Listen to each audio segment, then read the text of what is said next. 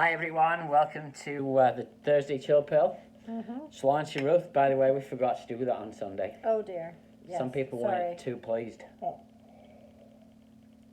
Make sure you have your wee cup of tea. Follow the routine, we've been told. Get with the program. Sorry. Sorry, my hair's a bit of a mess. That's the problem when you're looking at yourself. When you see yourself, how other gosh. people see you. That's what the Bible says, actually. What? That we don't always see ourselves the way other people see us, do we? Yeah.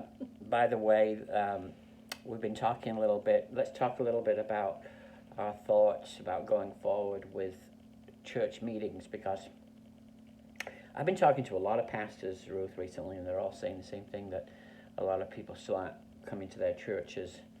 A lot of nervousness, obviously, still out there with people. So what we're thinking of doing is we're continuing with the parking lot for a little bit here, and our new church board have begun to discuss it and look at ways to go forward from here. And they're going to be talking to people in the congregation too about it. But what we're thinking is maybe doing having a variety of things available. Eventually we'll go back into church, but we'll still have parking lot available, and maybe have people in the foyer. One of the biggest issues is kids. It's really hard to do things with kids if you're not in church, so we're going to be having kids church, but that will be in the other big room. And probably not starting until July. Yeah, no, not this month. Right.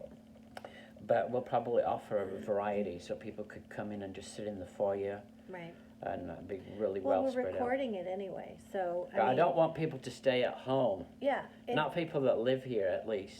But I mean, the thing is, because it's live streamed every week. Yeah.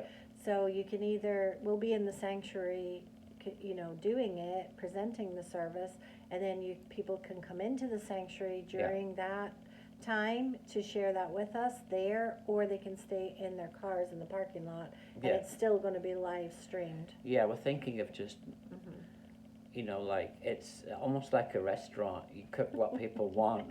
No, it's just helping people feel safe. I know what I mean, but that's the same thing, though. It's like, okay, well, people are going through different things. Well, and some people have more vulnerability than they others do. That's all I'm saying. So, cook them what they want. No, it's not what they want. It's what people need. Absolutely. And so sometimes, right now we're seeing people responding like, "Oh yeah, I'll get back together with everybody," and other people are like, "Well, hold on a minute.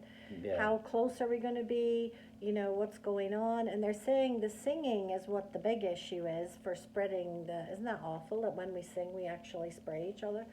So, I mean, maybe people can wear face masks, and just helping people feel safe and yet be able to participate is the big thing. Yeah, the goal is we want people to feel like we're having fellowship. I know that's being sorely missed. Although I know we can still have fellowship online, of course, and many of you that watched, you don't live around here, but you're very much a part of what we do here and fellowshipping with us online. So we're really happy about that. So keep making comments. And sharing prayer requests too. Yeah, keep sharing. Even if they're anonymous prayer requests, that brings another thing. Actually, to me, that I promised Wendy, our church secretary, that I would mention in one of these chill pills is like, some people even who do not attend our church are wanting the people of our church to pray for them. Yeah. And so, as these prayer requests are going around, you might think, "Oh, I didn't know about that family," or "I didn't know." That's because they're not necessarily in our church here physically, but they're connected with us now virtually. Right. So please feel free to share prayer requests, and just note on there if you want to remain anonymous or any of that, because God knows what's going on. But yes, we're happy to pray for people who are brothers and sisters in Christ, no matter what part of the world people are living in. Yeah.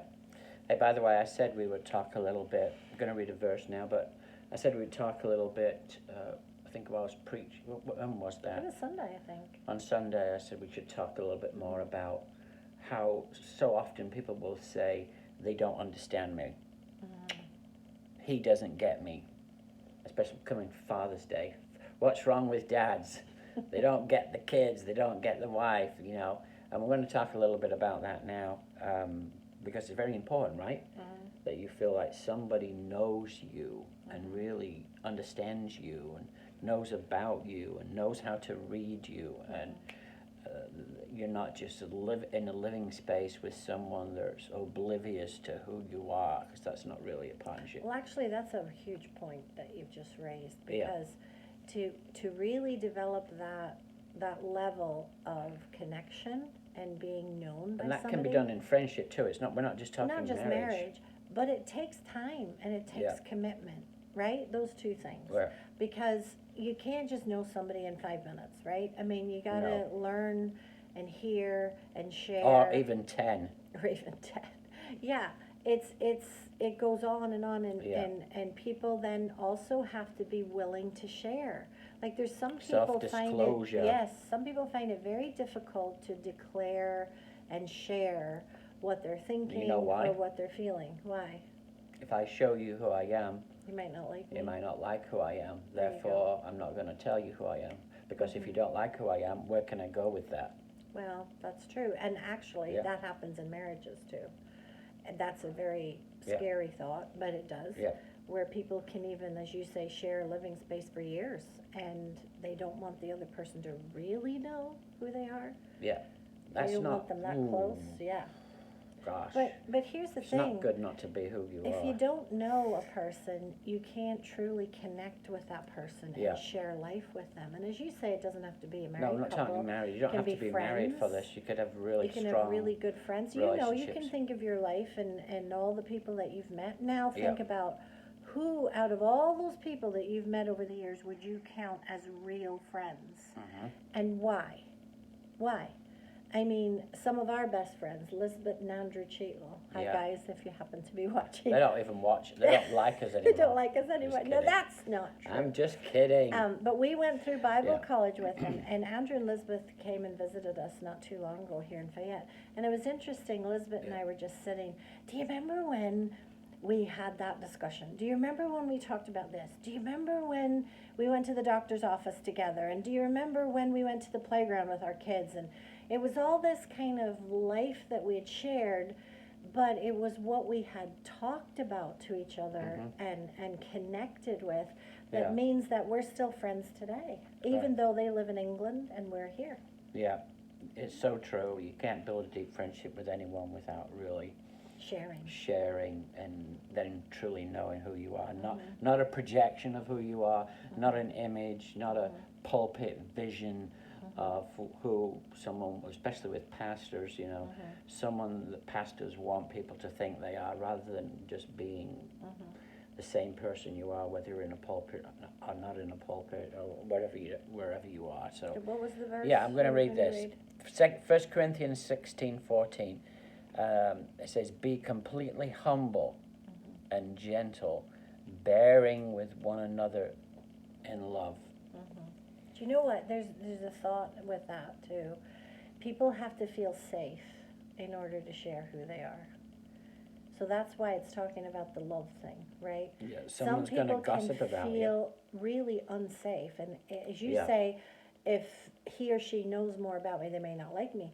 But what if they leave me or walk away from me or hate me or talk about me or be mean to me? You don't feel safe telling that person. And if I share with you, what if you're going to share it with a lot of other people? Yeah, so the love component has to be there. Yeah, and the confidentiality, the confidence that you're going to be confidential with the information, that you're not going to hurt someone with what they've told you, but that you're going to just use it to really help you understand who they are and to pray for who they are and their situation that they're going through.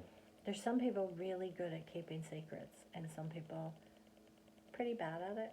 Like, they can get Well, I'm not good at keeping secrets. I mean, but that's nothing to do with the other thing. No. I'm not going to tell people personal stuff. But if it's something like to do with someone's getting a present, and the I'm kids excited, always had fun, didn't you guys? And I'm if you're watching, excited about it. It's like, oh my gosh. Growing up, the kids around Christmas, they could always get out of Dad what it was that we had bought, but they never came to me because I would never say a word. So no, just going back to this thing about you don't get me. People say that all the time. You might be in a relationship now and you're just saying, Joe just didn't get who I am. And I don't mean just Joe, anybody called Joe, but Paul doesn't get who I am. They haven't taken the time to really invest in me and listen to me, and that's a big deal. And I think that's what it takes. It takes really listening to someone, talking about their experiences, what they've gone through in their lives, what their childhood was like, what their view of their parents was like. So many people, you know what happens? They go to work, come home, have a few grunts at each other. Oh, how you doing? Oh, all right. Had a good time. Then they sit down and have dinner, and then they fall asleep or watch TV. No disclosure, no sharing.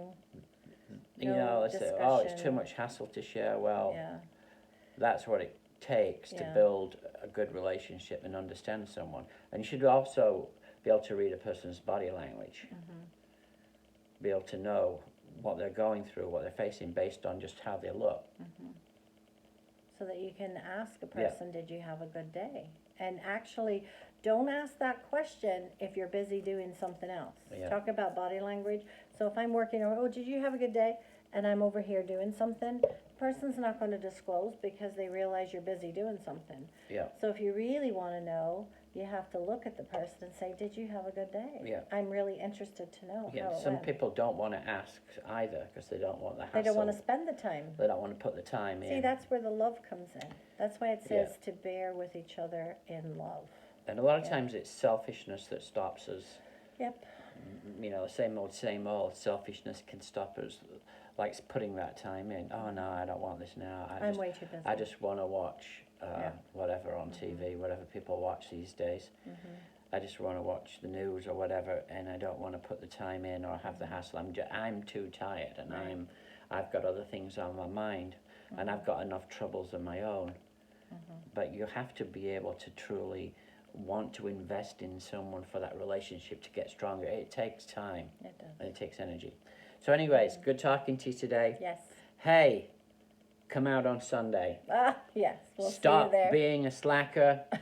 If you're around these parts, stop being a slacker. And enjoy the fellowship. Get out there. Stop being so scoldy. He's being like an old school teacher from years ago, from Little House on the Prairie or something. Stop that. Be nice. Okay. Okay. We're looking forward to seeing you. God bless you. God bless. Pip, pip. Cheerio. Cheerio.